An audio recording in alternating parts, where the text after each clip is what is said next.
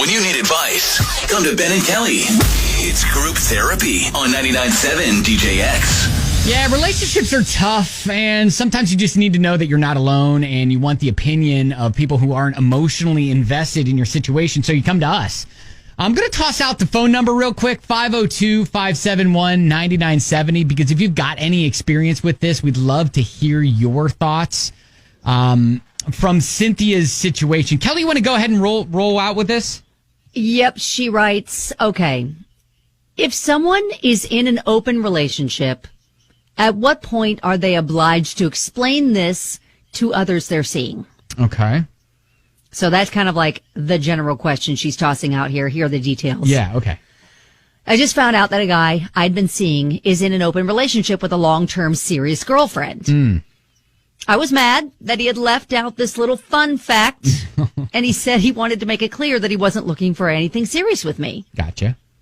I also wasn't looking for a serious relationship. We'd been on the same page about that, but I feel deceived because he waited 3 months to tell me that. Okay.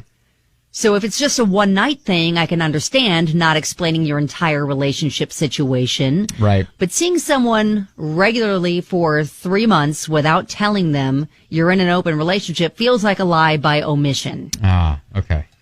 So I guess my issue is he denied me the chance to make informed decisions about what I was comfortable with. Mm-hmm.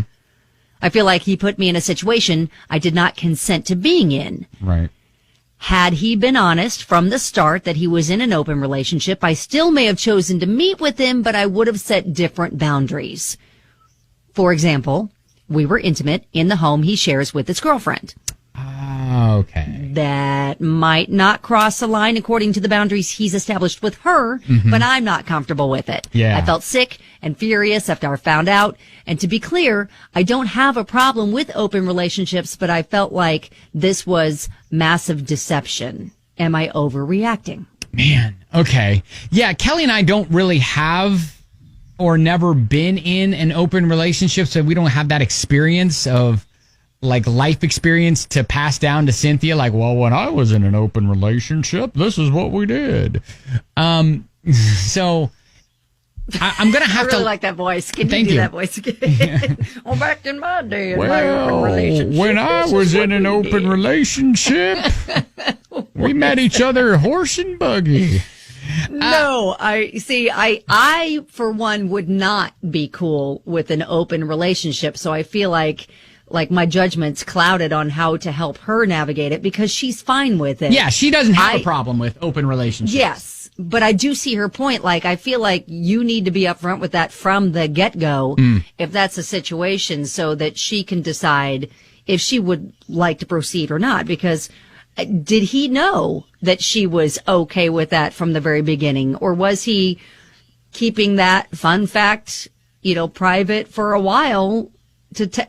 I just feel like she has a point there. I'm gonna toss out a general consensus so far from Facebook that says he may be saying he's in an open relationship, but his serious girlfriend may not know that they're in an open relationship. So yeah, that is like, I would like to have a conversation with the serious girlfriend, be like, hey, do you know? Cause I'll tell you this. I think I was in an open relationship. I just was unaware for 4 years. yeah, right. Exactly. So anyways, yeah, I want to lean on you. 502-571-9970 to help navigate this one for Cynthia. It's group therapy.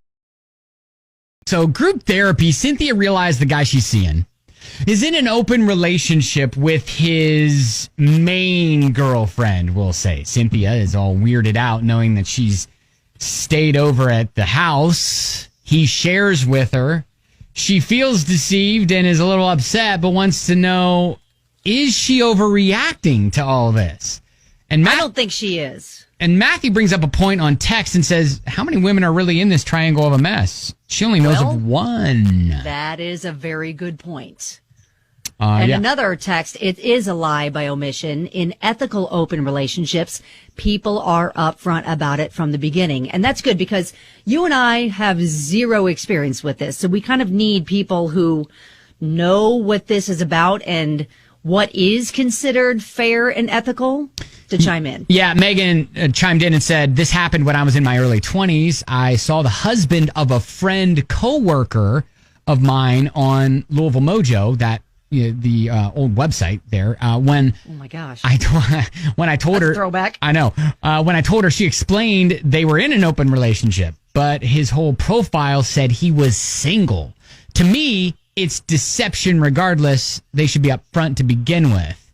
So yeah, and I wanted to bend the ear of someone who has this sort of experience. And Lisa, I guess like having the experience, what would your take be? Well, here's the thing. Whether he's in a relationship that's open or not, most guys are like that anyway in the beginning.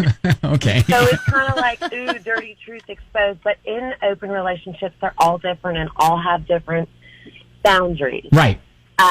So I have a lot of friends that are in open relationships, and they literally, if they meet somebody that they've been with, they're like, great job, I heard you were awesome.